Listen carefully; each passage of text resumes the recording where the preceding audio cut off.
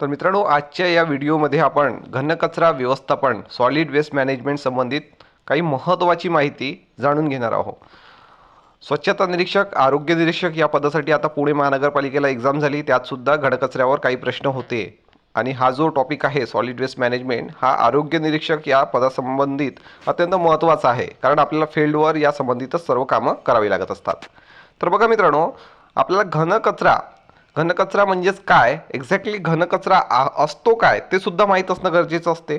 त्याचबरोबर याची प्रोसेसिंग का बरं करणं गरजेचं आहे, प्रोसेसिंग जर केली नाही त्याचा दुष्परिणाम काय आहे, हे सर्व गोष्टी आपल्याला माहीत असणं गरजेचं असते. आपल्याला एक्झाममध्ये एक्झामिनर फिरून फिरून प्रश्न विचारतो आणि जर आपल्याला या सगळे डाऊट्स क्लिअर झाले, आपल्याला सगळं माहीत व्यवस्थित असलं तर आपण आन्सरसुद्धा व्यवस्थित देऊ शकतो.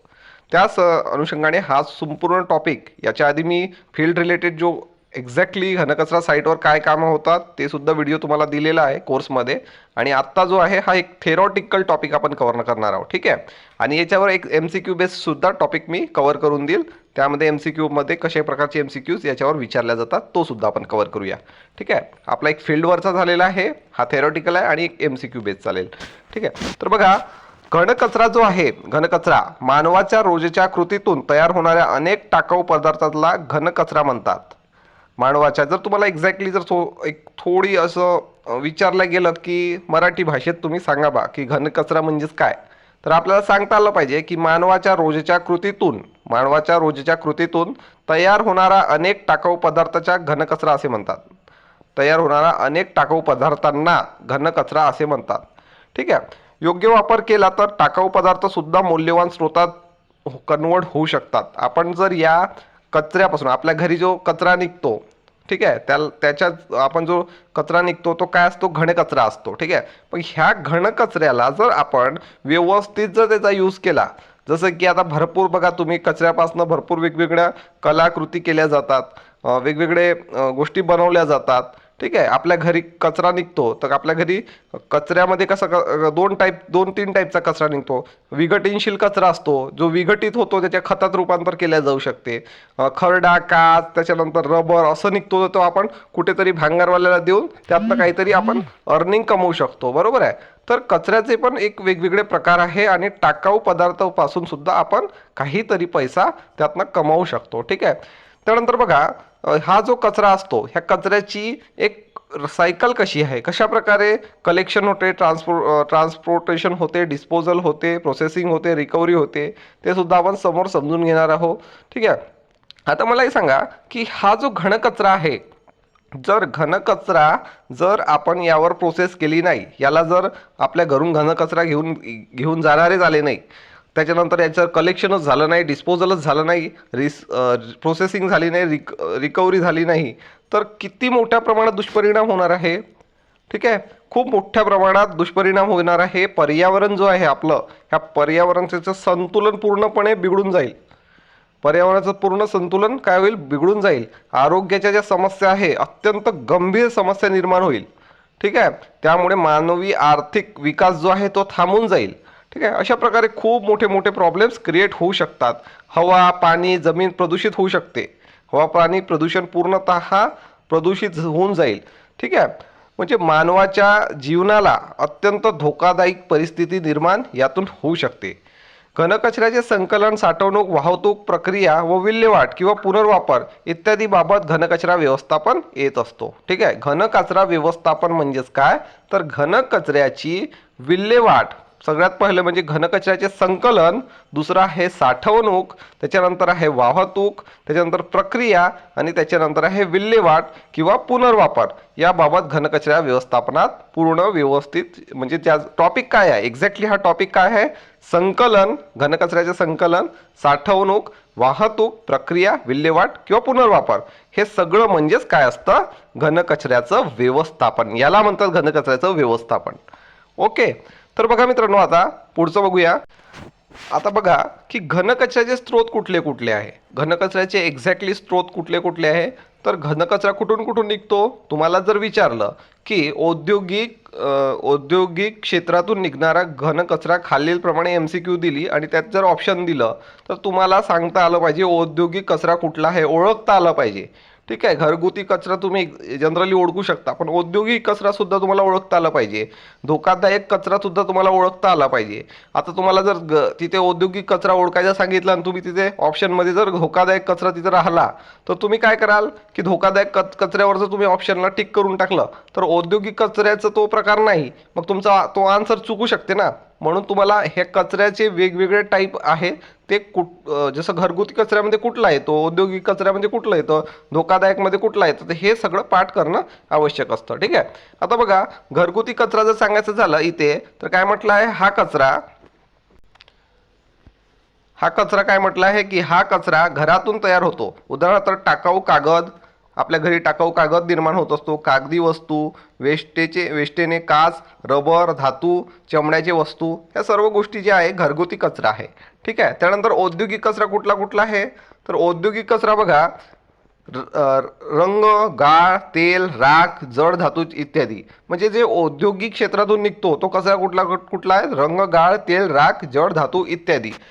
कंपन्यांमध्ये हा जो काही वेस्ट निघतो तो असतो. ठीक आहे. त्यानंतरचं बघा, धोकादायक कचरा. आता धोकादायक कचरा कुठला आहे, तर धोकादायक कचरा जो असतो तो रासायनिक, जैविक, स्फोटक, रोगप्रसारक इत्यादी पदार्थ. ठीक आहे. जो काही रासायनिक, जैविक, स्फोटक, रोगप्रसारक इत्यादी कचरा हा धोकादायक कचरा आहे. त्यानंतर शेतीतील घनकचरा, झाडांची पाने, फुले, फांद्या, पिकाच्या टाकून दिलेल्या भाग, जनावरांचे मलमूत्र, हे कुठून निघतं, शेतातून निघणारा कचरा आहे. ठीक आहे. त्यानंतरचं बघा, इलेक्ट्रॉनिक घनकचरा. आता इलेक्ट्रॉनिकपासून पण सुद्धा घनकचरा निघत असतो, तो म्हणजेच टाकाऊ दूरदर्शन संच, ते ठीक आहे. त्यानंतर music system, radio, mobile phone इत्यादी. ठीक आहे. हे सगळे काय आहे, इलेक्ट्रॉनिक घनकचरा आहे. त्यानंतरचं बघा, जैववैद्यकीय कचरा. हा सर्वात इम्पॉर्टंट कचरा असतो ना, हा सगळ्यात धोकादायक कचरा असतो. ठीक आहे. रुग्णालयातील बॉडीज, त्याच्यानंतर हातमोजे, सुया, वापरलेले कापूस, तापमापीमधील पारा, त्याच्यानंतर औषधी इत्यादी कचरा हा कोणता आहे, जैववैद्यकीय कचरा आहे. आता ह्या जैववैद्यकीय कचऱ्यावर बायोमेडिकल वेस्ट याला इंग्लिशमध्ये म्हणतात, याच्यावर आपण एक स्पेशल चॅप्टर कव्हर करणार आहोत. ठीक आहे. स्पेशल याच्यावर 100% तुमच्या एक्झाममध्ये प्रश्न राहतात. याचे वेगवेगळे कलर कोड आहे, ते सुद्धा आपल्याला लक्षात ठेवणं गरजेचं आहे. यावर आपण एक वेगळा टॉपिक कव्हर करूया. ठीक आहे. आता सध्यासाठी एवढं लक्षात ठेवा, जैववैद्यकीय कचरा कुठला कुठला असतो, रुग्णालयातील बॉडीज, इझिली ओळखता येते, हातमोजे, सुया, वापरलेले कापूस, तापमानातील पारा, औषधी इत्यादी. ओके. त्यानंतर बघा, विघटनशील कचरा.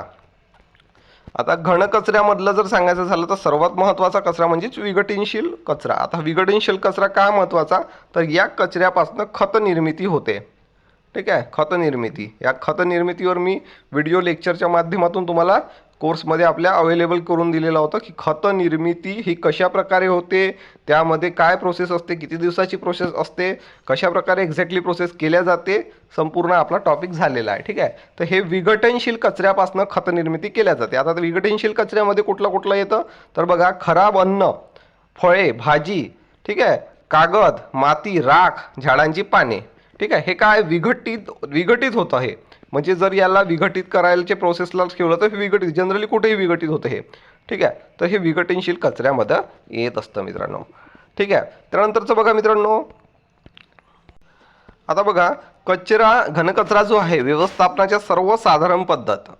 आता याआधी काय होत होतं, जे काही संपूर्ण महाराष्ट्रात किंवा भारतात फक्त कचरा एखाद्या डम्पिंग साईटवर नेऊन टाकला जात होता, मग तिथे तो डंप केला जात होता फक्त, आणि मग काही दिवस कुठेतरी जागा गड्डे वगैरे दिसले, आता तिथे डम्पिंग साईटवर खूप कचरा झाला, ढीक झाला, तर मग काही गड्डे वगैरे दिसले तर तिथे टाकून दिला जात होता. लँड फिलिंग म्हटलं जातं त्याला, भूमिभरण. ठीक आहे. तर हे भूमिभरणमुळे काय होत होतं की हा जो कचरा आहे, हा असा इथे भूमिभरण झालेली आहे असं समजा, असं इथे हा कचरा टाकून दिला, ठीक आहे, हा कचऱ्याचा, ठीक आहे, हा पडून आहे इथे, आणि हे भूमिभरण, हा खूप सारा कचरा इथे जमा झाला, आणखी इथे टाकत गेले. हां, ठीक आहे. एक मिनिट, भूमिभरणचं एक्झॅक्टली काय असतं सांगतो तुम्हाला. असं काही जागा आहे, अशी एखादी जागा आहे, त्याच्यानंतर असे गड्डे वगैरे असतात, त्या जागेवर कुठेतरी गड्डे निर्माण असतात, मग तिथे काय भूमिभरण काय, तर हे भूमी भरून जाईल बा, तिथे गड्डे आहे ते बुजून जातील. तर त्या उद्देशानं काय करतात नगरपालिकेचे लोक वगैरे, आधी काय करायचे नगरपालिकेचे लोक वगैरे, की ते आणून ते कचरा टाकून द्यायचे. ठीक आहे. ते गाडीने कचरा तो टाकून द्यायचे, असा हा कचरा इथे निर्माण व्हायचा. आणि मग काय व्हायचं की इथनं जो आहे इथं हा कचरा लिक्विड म्हणजे या कचऱ्यातून जे द्रव्य पदार्थ निर्माण होतं काही दिवसानंतर तो कचरा सडल्यानंतर, तर इथून काय होतं किंवा पावसाचं पाणी आल्यानंतर ह्या कचऱ्याचं पूर्ण पाणी जे आहे हे आपल्या पिण्याच्या पाण्यात म्हणजे आपण जलस्रोत विहिरीमधनं जे पाणी पितो त्या पाण्यामध्ये वगैरे हा कचऱ्याचं जे पाणी आहे ते मिक्स व्हायचं आणि यामुळे खूप भयंकर असे रोग व्हायचे. ठीक आहे, कॅन्सरसारखे रोग यामुळे व्हायचे. ठीक आहे, तर बघा आता ह्या सिस्टीमला पूर्णतः बंद करण्यात आलेला आहे. पूर्णतः बंद आहे. याला काय म्हणतात? भूमिभरण म्हणतात. परंतु आताच्या सध्याच्या स्थितीत आधुनिक भूमिभरण पद्धत सुरू झालेली आहे. ठीक आहे, आधुनिक भूमिभरण पद्धत जी आहे ती सुरू झालेली आहे. ठीक आहे, आता ही आधुनिक भूमिभरण पद्धत कशी आहे तर ह्या डायग्रामच्या माध्यमातून आपण समजून घेणार आहोत. बघा, ही जी डायग्राम आहे हे आधुनिक भूमिभरण म्हणजे आधी पण भूमिभरण केल्या जात होतं, पण आता जी भूमिभरण केल्या जातं ते कसं होतं ते बघा. इथे बघा तुम्हाला ब्लॅक ही जी की ब्लॅक अशी कव्हरअप दिसत आहे ब्लॅक असं. तर ह्या आधुनिक भूमिभरणमध्ये काय आहे की हा जो थर आहे इथे सुद्धा एक गड्डा केलेला आहे. जमीन होती इथं असा गड्डा केला आणि मग इथे भूमिभरण कशा प्रकारे केलं जात आहे. तर ही जी ब्लॅकवाली तुम्हाला ब्लॅक कलरची एक बॉर्डर दिसत आहे. ह्या बॉर्डरला काय केलेलं आहे की हे बॉर्डर प्लास्टिक आणि वाळूच्या थरांनी हे बॉर्डर कव्हर केलेली आहे. आता ही का बरं कव्हर केलेली आहे तर आपण जे कचरा यामध्ये घनकचरा टाकत आहोत तो कचरा पुढे जाऊन खाली पाण्याच्या संपर्कात न येता हा वरच्या वरच राहिला पाहिजे. ठीक आहे, हा वरचा वरच राहिला पाहिजे. इथेच याचं काय जे काही डिकम्पोजिशन जे काही विघटन होत आहे तो इथेच झालं पाहिजे. ठीक आहे, त्यामुळे हे जी जाड प्लास्टिक आणि वाळूची एक थर बनवला जातो. ठीक आहे, तर ह्या आधुनिक भूमिभरण पद्धत आहे त्याचा एक महत्त्वाचा भाग इथे असतो मित्रांनो. ठीक आहे, आता यामध्ये काय आहे तर मग हे पाणी इथे जमा झालं, याच्या आतमध्ये हे पाणी इकडे जाऊ शकत नाही. यासाठी आपण ते वाळू आणि प्लास्टिकची एक बॉर्डर बनवलेली आहे, एक स्ट्रॉंग अशी लेअर बनवलेली आहे. मग इथं पाण्याचं काय होईल तर इथच्या पाण्याचं काय होत असतं की पंपच्या मार्फत इथे एक स्पेस ठेवली जाते. पंपच्या मार्फत त्याला काढून तिथे काय त्यावर शुद्धीकरणची प्रक्रिया केली जाते. ओके, मग इथे हा कचरा टाकला जातो. हा कचरा इथे भूमिभरण हे आता एवढं क्षेत्र नाही, मोठे मोठे क्षेत्र तयार केले जाते यासाठी. ओके, कचरा एवढा कमी नसतो. ठीक आहे, मग ह्या कचरा इथे टाकला जातो, हा विघटित होतो, काही वर्षासाठी विघटित होत चालला जातो. ठीक आहे, पुढे मी त्याचं संपूर्ण एक्सप्लेनेशन देणार आहो भूमिभरण एक्झॅक्टली काय असते. ठीक आहे, एक फक्त डायग्रामच्या याने थोडी आयडिया घेऊन घ्या आणि मग यामध्ये ही प्रोसेस केली जाते. ठीक आहे, मिथेन वायू बाहेर निघण्यासाठी अशी एक जागा सोडली जाते इथे, त्याला म्हणतात आधुनिक भूमिभरण पद्धती. ओके, आता एक थेरॉटिकल भाषेत समजून घेऊ एक्झॅक्टली हे काय होत असतं. तर थेरॉटिकल भाषेमध्ये बघा, भूमिभरण या पद्धतीत कचरा पातळ थरात पसरवला जातो. ठीक आहे, ही जी पद्धत आहे भूमिभरण ही पद्धत आहे, या पद्धतीत कचरा जो आहे पातळ थरात पसरवला जातो. त्यावर घट्ट गाळ आणि चिकणमाती किंवा प्लास्टिकचा थर दिला जातो. ठीक आहे, म्हणजेच तो जो कचरा पसरवला जातो पूर्णतः त्यावर सुद्धा गाळ आणि चिकणमाती प्लास्टिकचा थर दिला जातो वरतून सुद्धा. ठीक आहे, आधुनिक भूमिभरण पद्धतीमध्ये तळाशी प्लास्टिकची प्रचंड मोठी अच्छिद्रक पटल नॉन परमिएबल मेम्ब्रेन. ठीक आहे, आता हे बघा हे कुठे आहे, एक मिनिट दाखवून देतो. काय म्हटलं आहे तळाशी, हे तळाशी एक नॉन परमिएबल मेम्ब्रेन. ठीक आहे, हे तयार केली आहे प्लास्टिकची नॉन परमिएबल, म्हणजे इकडनं हे जे काही कचऱ्याचं लिक्विड लिचेट वगैरे निर्माण होते ते इकडे पाण्याच्या संपर्कात येऊ नये आणि पाणी दूषित जर झालं तर आपल्या पिण्याच्या पाण्यात याचा खूप मोठा दुष्परिणाम होत असतो. ठीक आहे, तर हे येऊ नये यामुळे ही एक लेअर दिल्या जाते मित्रांनो. ओके, काय म्हटलं आहे पुढचं बघूया. नॉन परमिएबल मेम्ब्रेन पसरवली जात असते. त्यावर चिकणमाती, जाड प्लास्टिक आणि वाळूचे अनेक थर दिले जातात. अशी पद्धत अवलंबल्याने पाझरलेलं पाणी भूजलात मिश्रित होत नाही व भूजल प्रदूषित होणं टाळते. ठीक आहे, भूजल जे आहे प्रदूषित होण्यास टाळता येत असते आपल्याला. ओके, त्यानंतर बघा, प्लास्टिकच्या तळाशी पाझरलेले पाणी साचल्यास खालील पंप टाकून पाणी वर खेचल्या जाते. ठीक आहे, इथे मी तुम्हाला सांगितलं होतं ना की जे पाणी साचले जाते हे ते बघा, हे जे पाणी आहे हे इथे साचले जाते. इथे जे या कचऱ्यापासून हे निर्माण झालेलं पाणी जे इथे साचले जाते, मग इथे काय हे पंप टाकलेला आहे इथे हा पंप, आणि या पंपच्या माध्यमातून या पाण्याला बाहेर काढलं गेलं आणि याच्यावर शुद्धीकरणाची प्रक्रिया केली जाते. हे पाणी जे आहे खाली येऊ दिल्या जात नाही, भूजल दूषित होत नाही यामुळे, ठीक आहे. म्हणूनच याला आधुनिक भूमिभरण पद्धत म्हणतात. आधीची भूमी भरण पद्धत मी तुम्हाला सांगितली. अशा डायग्रामच्या माध्यमातून काय व्हायचं, कचरा टाकून दिला जात होता, मग तो काही दिवसाने सडत होता तिथे, आणि मग त्याच्यातनं पाणी वगैरे आला की संपूर्ण पाणी हे आपल्या पिण्याचं पाणीसुद्धा दूषित होऊन जात होतं, ठीक आहे. तर आधुनिक भूमिभरण पद्धती अशा प्रकारे होत असते मित्रांनो, ठीक आहे. त्यानंतर बघा काय म्हटलं गेलं, आणखी काही पॉईंट्स आहेत त्यात. पंप टाकून पाणी वर खेचल्या जाते आणि त्याच्यावर प्रक्रिया करून शुद्धीकरण हे केल्या जातं. म्हणजे ते पंप टाकून म्हणजे काढलेलं पाणीसुद्धा शुद्धीकरण केलं जातं. जमिनीची भूमिभरण क्षमता संपते तेव्हा ती जमीन पाण्याची टंचाई टाळण्यासाठी चिकणमाती, वाळू, मातीसह झाकली जाते, ठीक आहे. म्हणजे या जमिनीची जी एक भूमिभरणची एक लेवल असते, ती लेवल संपली की मग त्यावर ही प्रोसेस केल्या जाते. पाण्याच्या गळतीमुळे होणारा भूजल प्रदूषण रोखण्यासाठी व भूमिभरणाच्या क्षेत्रात निरीक्षण करण्यासाठी त्याच्या आजूबाजूला अनेक विहिरी खोदल्या जातात, ठीक आहे. त्याच्या आजूबाजूला आपल्याला ते पाणी दूषित झालं आहे का त्याचं निरीक्षण करण्यासाठी त्याच्या आजूबाजूला विहिरी खोदल्या जातात. कचऱ्याच्या अवयवजीवी अनॉर्बिक विघटनाने तयार झालेल्या मिथेन वायूचे साठवले जाते आणि त्यात वापर विद्युत किंवा उष्णता निर्माण करण्यासाठी केला जातो. मग याच्यात काय आहे की याच्यात आणखी एक तुम्हाला इथे मिथेन वायूचं एक हे दिसलेलं आहे बघा, मिथेन वायू. यातनं काय मिथेन वायू बाहेर निघत आहे. तर या मिथेन वायूचा कुठला उपयोग होतो, तर विद्युत निर्मितीसाठी किंवा उष्णता निर्मितीसाठी या मिथेन वायूचा सुद्धा उपयोग होतो, ठीक आहे. म्हणजेच आधुनिक भूमिभरण पद्धतीमुळे काय झालेलं आहे की हे दूषित जल जे आहे, सॉरी, हे जे काही या कचऱ्यापासून होणारं दूषित जल जे आहे ते आता होत नाही. त्याच्यानंतर जर पाणी जे आहे हे पाणी शुद्धीकरण केलं जातं. त्याच्यानंतर यातनं निघालेला वायू जो आहे तो मिथेन गॅस निघते यातनं, त्याच्यासुद्धा उष्णता किंवा कशासाठी, उष्णता किंवा विद्युत निर्मितीसाठी त्याचासुद्धा उपयोग होत असतो, ठीक आहे. म्हणजेच आधुनिक भूमिभरण पद्धती ही खूप चांगल्या प्रकारची पद्धत मानल्या जाते, ठीक आहे. त्यानंतर बघा मित्रांनो, भूमिभरणासाठी जागेची निवड. आता भूमिभरणासाठी जागेची निवड कशी असली पाहिजे, तर बघा, भूजलाशी संपर्क टाळण्यासाठी जमिनीची उंची भूजल पातळीपेक्षा जास्त असणे आवश्यक असते, ठीक आहे. म्हणजेच अशा प्रकारची जागा निवडावी लागत असते आपल्याला की उंचावरची कुठेतरी उंच जागा असली तर भूजल पातळीपेक्षा म्हणजेच थोडं उंच जागा आपल्याला निवडावी लागत असते. शक्यतो चिकणमाती किंवा गाळ असणाऱ्या प्रदेशाची जागा निवडावी. जिथे चिकणमाती आणि गाळ आहे तशा प्रकारची जागा आपल्याला निवडावी लागत असते. त्यानंतर ही जागा खडक उत्खनन क्षेत्रात नसावी. जिथे खडक आणि उत्खनन होते, म्हणजेच जिथे कोलमाइन्स वगैरेचा भाग असतो, अशा क्षेत्रात खडकाळीत भेगामुळे पाणी खाली पाझरते व भूजल प्रदूषित होऊ शकते. तर ते काय की असे जिथे काही कोलमाइन्स वगैरेचा भाग आहे तशा भागात नसायला हवी, ठीक आहे.